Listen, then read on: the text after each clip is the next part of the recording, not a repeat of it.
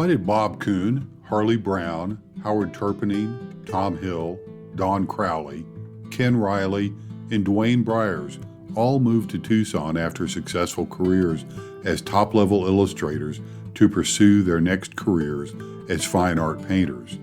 Certainly Tucson offers much to artists.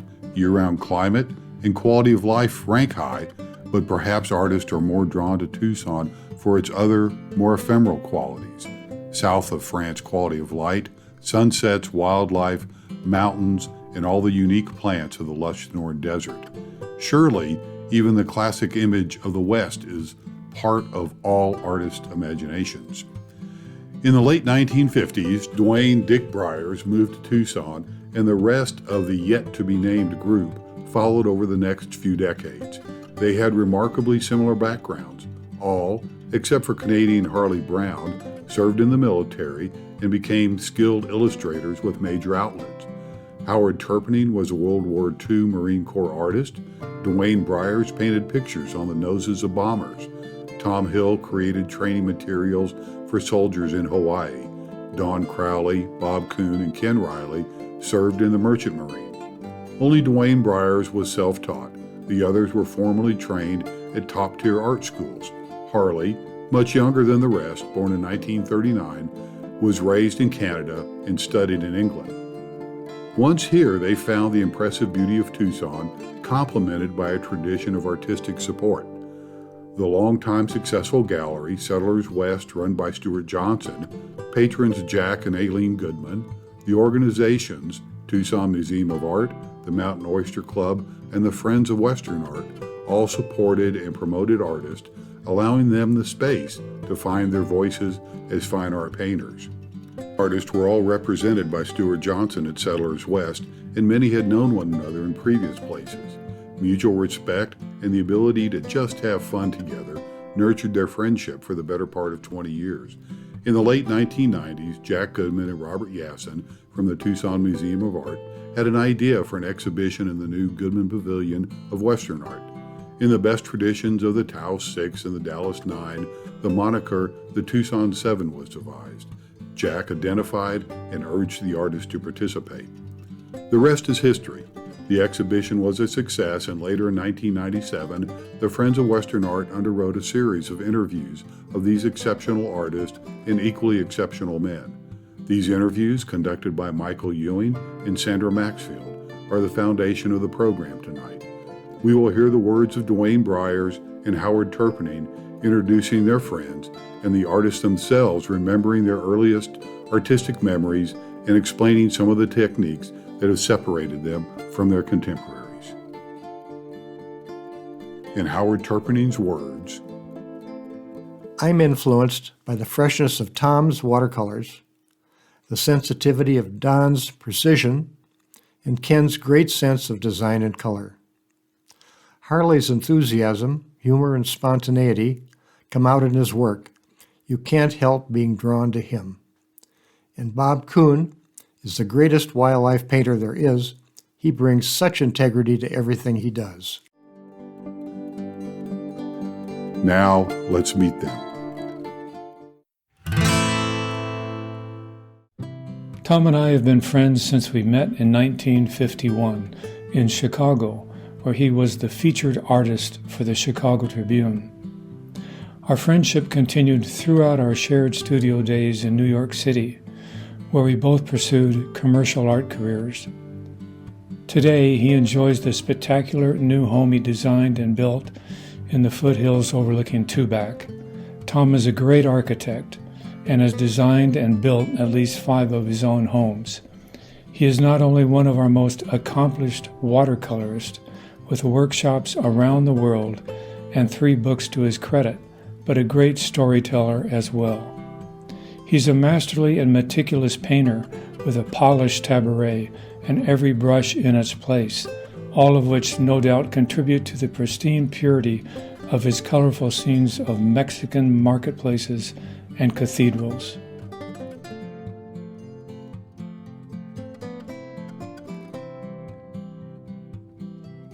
I was about, I think, 6 or 7, and I remember my mother had a desk, and we had a polished hardwood floor, and she would pay the bills and do the bookkeeping and throw the envelopes down into the wastebasket. And I had a nice little pencil, and I'd lie on the floor and draw on the back of those papers. And it was in the Depression, so there wasn't much thought about having any expenses for art materials. And I just loved to draw, and I thought, well, that's what I like to do the best, and never really had any question about what I'd be some sort of an artist.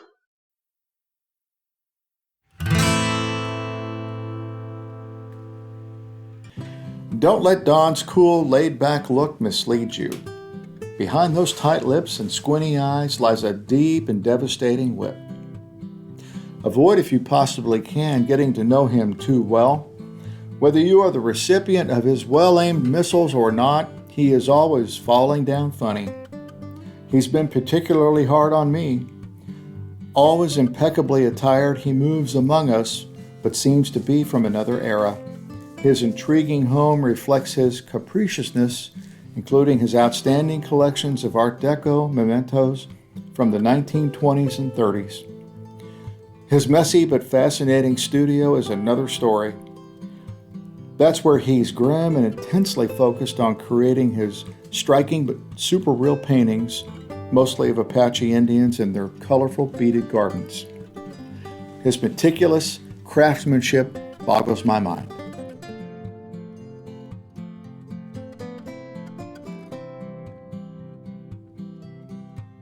When I was about 2.5 or 3 years old, I was sitting on the floor with my crayons and a pad, scribbling away, and I remember it like it was yesterday. This scribble suddenly turned into a caravan of horses, wagons, dust. I could hear the guys shouting. I could see them coming down the hill, hear the leather creak. It was just unbelievable. Electric moment. And that moment is something that I've tried to recapture ever since then. And I've never quite been able to come that close. That was just such a thrilling thing that that's when I decided that I was going to be an artist.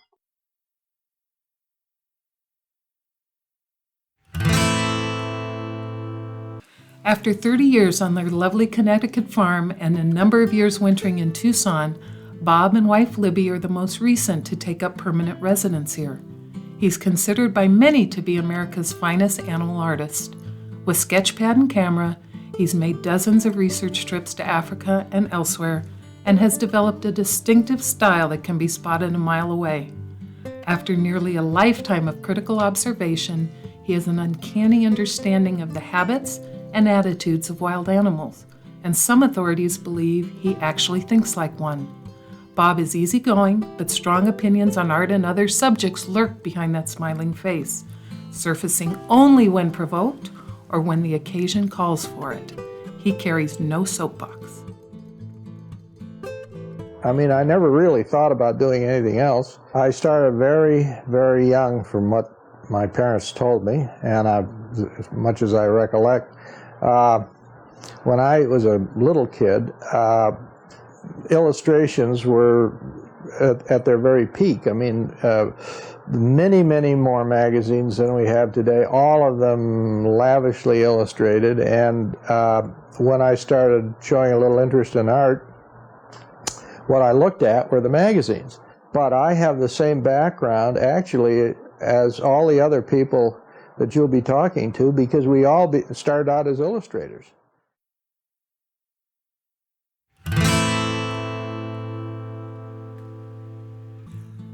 Our gain was Canada's loss. Harley has few, if any, equals in the dexterous handling of pastel, and he couples that with super draftsmanship. Along with a love of teaching, he is an obsessive collector of art books. He has millions, it seems, stacked to the ceiling and spilling from every surface. And if that weren't enough, he's been a movie bug since childhood and can name the actors in almost any film ever produced. He's easy to know. The minute you meet Harley, he's your friend.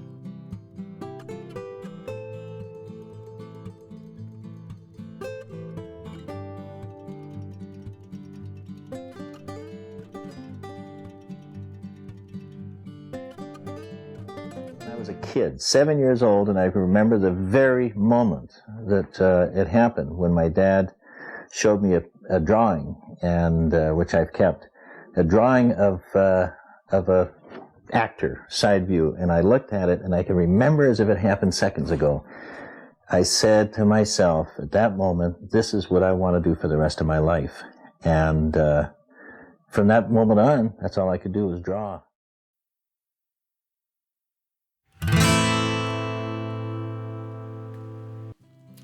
Howard went from being a top illustrator in New York to #1 Western painter in the flick of an eye, so to speak.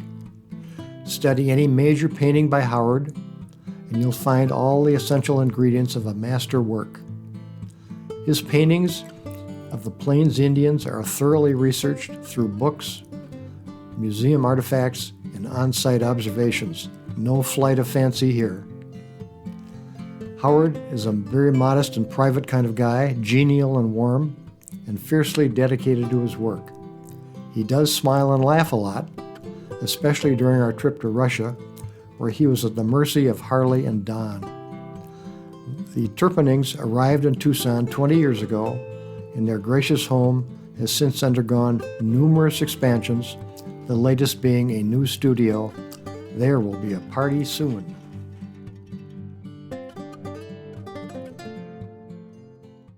By the time I was 6 years old, I was drawing a lot. I remember that. In fact, my father saved a lot of the little drawings that I did, which I still have. Oddly, one of them was a drawing of some Indians and teepees and horses. And the horses looked like dogs, and the teepees were sort of semi-recognizable, but the figures weren't. But I thought that was kind of ironic.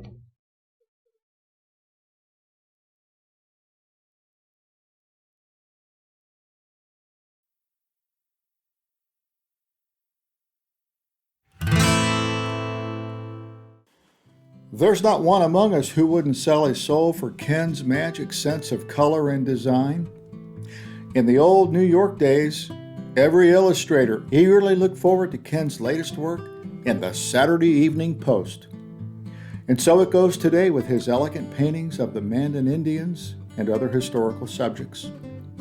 Ken is a gentleman through and through, modest to a fault, and accepts compliments graciously, then quickly deflects the conversation away from himself. He smiles a lot. The expression on his face in my caricature is pretty standard for Ken Riley. It was only natural that the colorful and historical aspects of Tombstone would lure him away from New York prior to his move to Tucson in 1975. He is now engaged in building a spacious new home in the foothills. I'm forever grateful having had the life in art, because it's a way of life. It isn't just a job. It's something that goes on. And people say to me now, they say, what are you going to do when you retire? And I said, to what?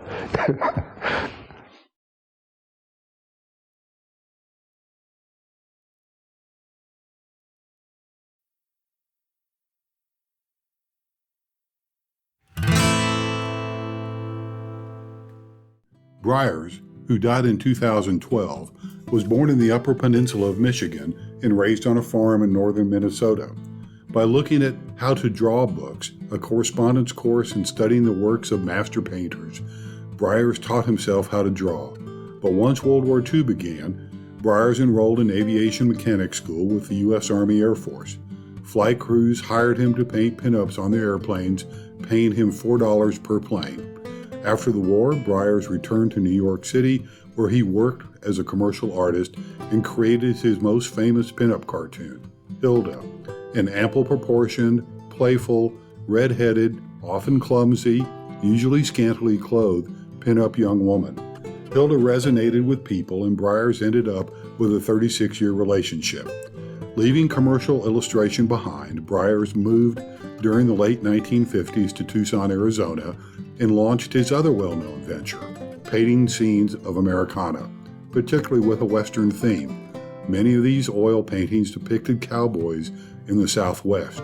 Bryers eventually became a well-known Western artist, winning the Trustees Gold Medal from the National Cowboy Hall of Fame for outstanding contributions to Western art.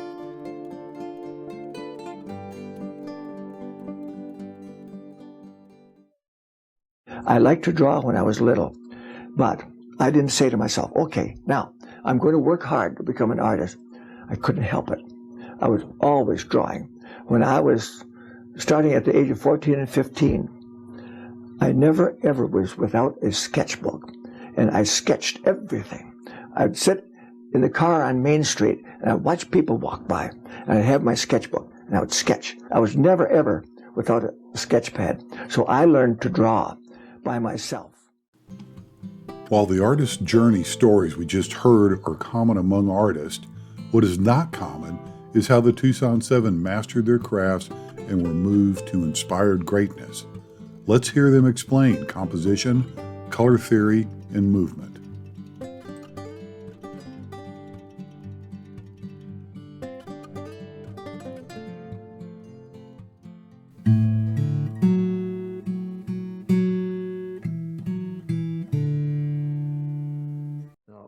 On this painting, I have saved out this saguaro cactus, and I'm going to paint that in now. I'm using a 5/8 inch flat brush, watercolor brush. I'm going to take some of this yellow, which is on the orange side, and just a little bit of green, and then I'm going to gray it down just a touch with burnt sienna. Come back here to my blue. I need a little more blue, and I can make a color that is sort of like my middle value on that cactus. Now, you wouldn't think that a squared off brush would be the appropriate brush. You'd want a round brush, and I do use a round brush, but let's see what this brush will do. Pulling that down in there like that. I have to get my head over here a little bit to see what I'm doing. But I'm painting the big shapes of the cactus. A lot of people come out and they paint this saguaro cactus. I'm going to show you something here. I'm going to take some of the color out, rinse out my brush, take the water out of it, and I'm going to pick that, just like a mop, just pick up some of that color off of that surface. Because the brush can take it off as well as put it on. You see, the nice thing about watercolor, you can go right over and still see what's below.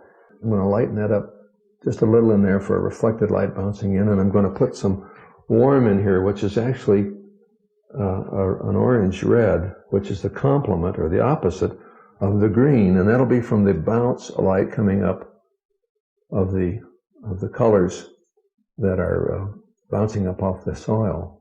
You see how much more convincing that looks if I have the complementary color in there. And this is a little brush called a rigger. It's very floppy. I want to put a few branches across in here to make this cactus stay in back. So by having this in front of these dried dead twigs, I make the cactus go into the background, you see. But I try to compose, and I think of my shape. I make the sketch the same shape, and I start thinking about where my darks are. The verticals are not going to be right in the middle. They're going to be a little off. I'm going to have these two riders, and they're riding into the scene and rather than out of it. And so the eye will come in, and hopefully my viewers their eye will come in and move around and have a fun traveling through my picture, and maybe see this big impact first, followed by this secondary impact, and then finally get into these things that are way back there in the distance, and try to have that feeling of a fresh morning.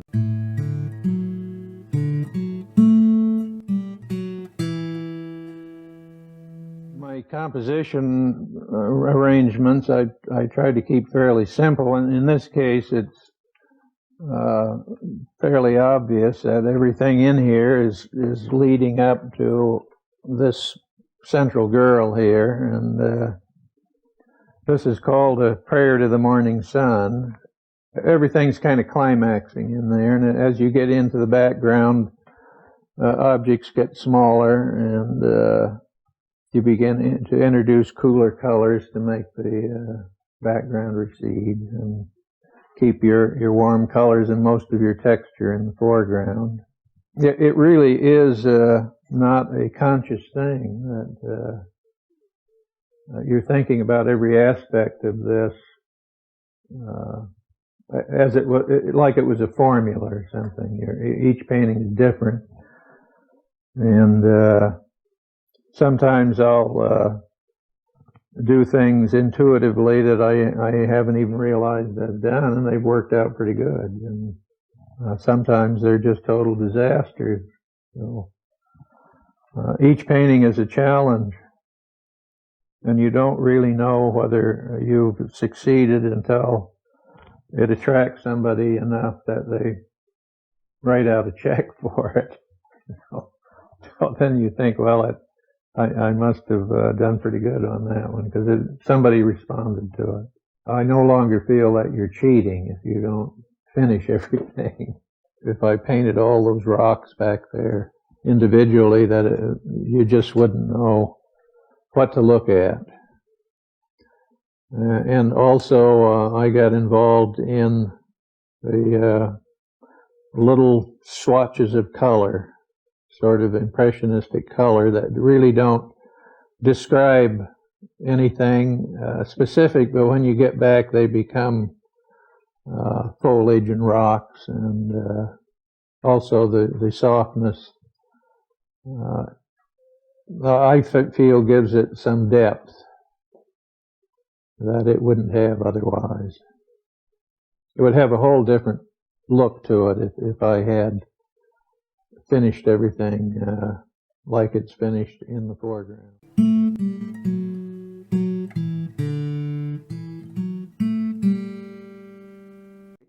That I did of myself when I was about 21 years old. I guess I was becoming aware of such a thing as composition and arranging your material within a format, a square format. And it's more than just a matter of saying, I'm going to put the head in the middle and paint it.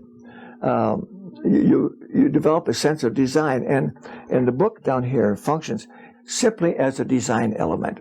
If that book weren't in there, it would be just a head. So now you see the book, and I'm wearing a dark jacket of some kind, but it's open, so the part of the shirt shows and leads down into this, and it becomes part of a very, very simple design. For instance, this painting I'm looking at, there are three little kids in the middle foreground in a streak of light.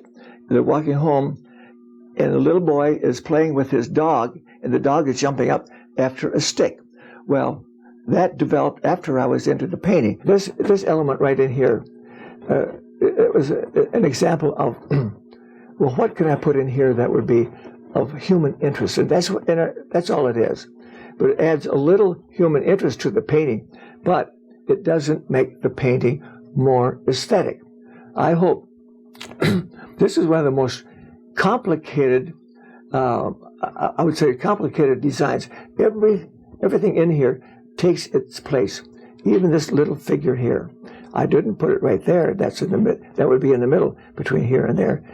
So, and it kind of a little tension, a little movement going out of the painting. All of these, every shadow where it falls in here, that is all very deliberately thought out. So we go from the dark to the light, to the light, to the dark, to the light, to the dark, to the light, to the dark, to the light, to the dark, to the light, to the dark, to the light. And this steps the eye back through the painting, and that visually gives you the illusion. It helps create the illusion.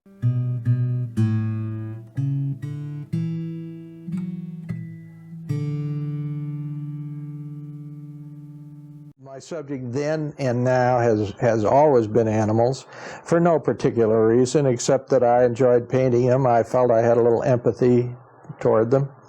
I think it's a little cowardly, really, because I think I can paint a halfway decent landscape and some things other than animals, but I'm very secure. I feel safe amongst my animals, and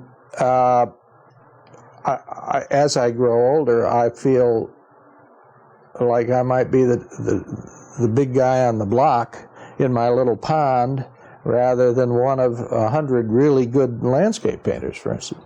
Realism is honored in the breach. By that I mean, I think where you cheat on the facts is where you become an artist.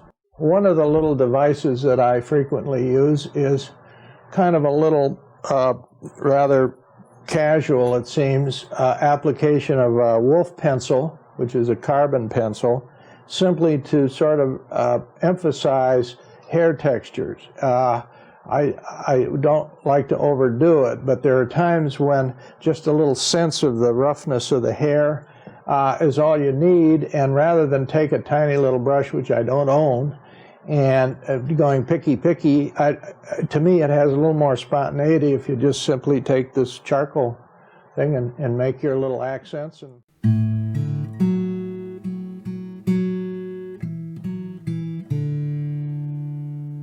Painting is really just an illusion. It is two-dimensional, and you're giving it a third dimension. You know, movement in a picture, when you think of movement, see there she's very stationary, not moving one little bit.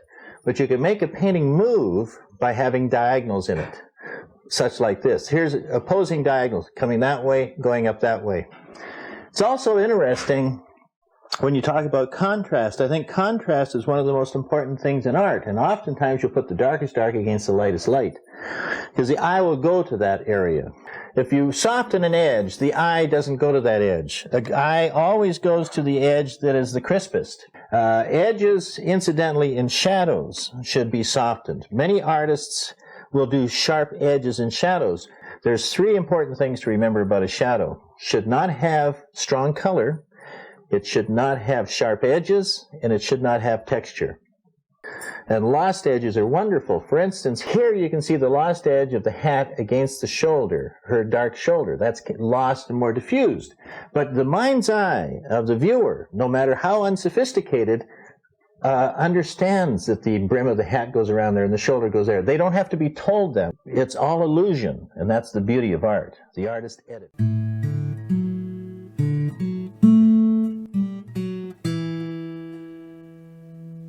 I have to start with the title, The Red Ribbon.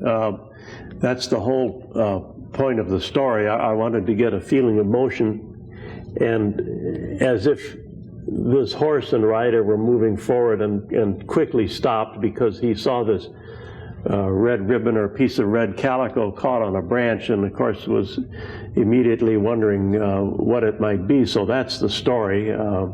So I wanted to get the feeling of motion and carry the figure and the horse a little bit past left of center. And it's just a case of cool against warm and simple values to create a strong visual image with a dark horse and the light figure against a gray background. The figure is rather carefully done. The face is rather carefully done, but I still tried to keep it loose so that it didn't look too tightly painted. Lose an edge here and carry this line over to here. Always with painting, it's important to lose edges and find edges so that a figure or a horse doesn't have a cutout look on a painting. It has to be part of the scene. So the edges and the way they're treated are always very important. This painting is called Passing into Womanhood, and in this ritual, which in this case happens to be Cheyenne, I wanted to show the part where she's being purified and to show this beautiful little girl in her innocence with the grandmother and, in this case, the mother. But this is a very sensitive, very feminine scene, and so I wanted a lot of curves in this painting and a softness to it, and I wanted things to flow and lead, you see, around, everything coming around, so that it's all enclosed in this small grouping, and these curves suggest the softness. The beginning of a painting is always exciting. You get the canvas covered and you get things going, but when it gets to the point where you've just got to sit there every day and work on that painting until it's finished, then it becomes a chore sometimes. And I have to go in the studio and paint every day, whether I want to or not. I just have to do it.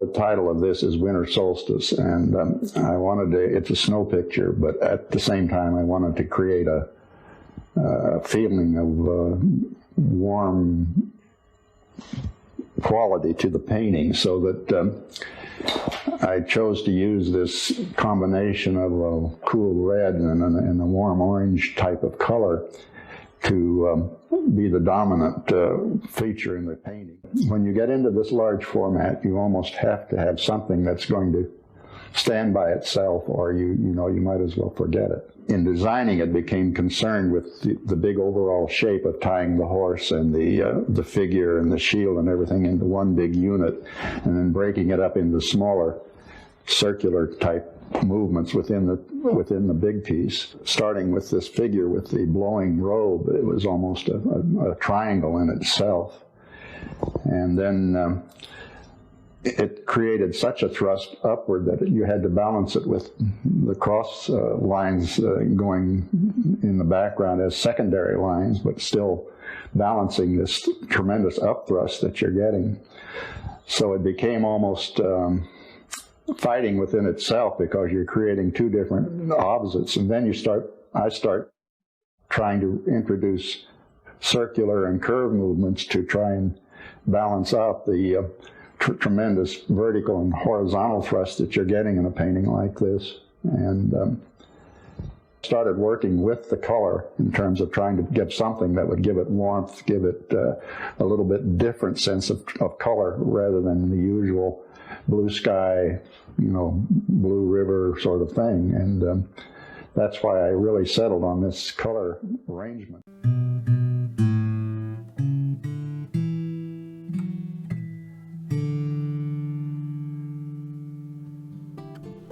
The Tucson Seven have had an important and lasting impact on the Western art legacy of Tucson.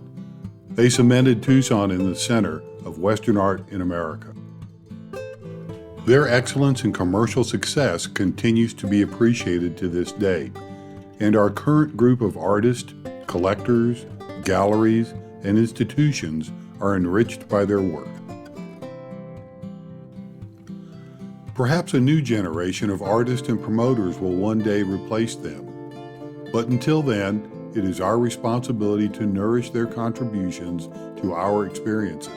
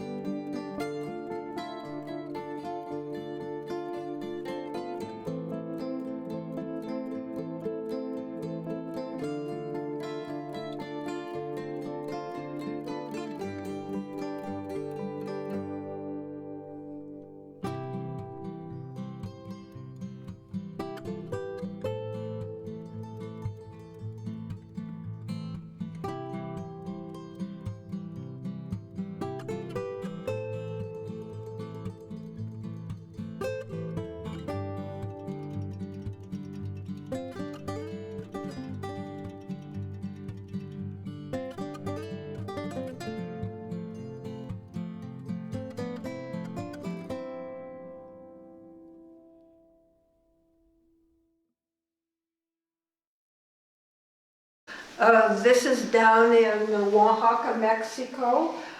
Tom had a whole workshop behind him. He was going to do a demonstration for them.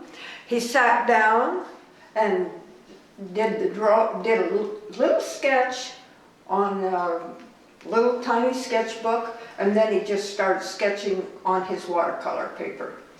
And in about an hour and a half, he completed this whole painting, and it was just amazing. And everybody was going, oh my gosh. And behind his class was a whole herd of Mexican people, and they were all in awe at what he had done.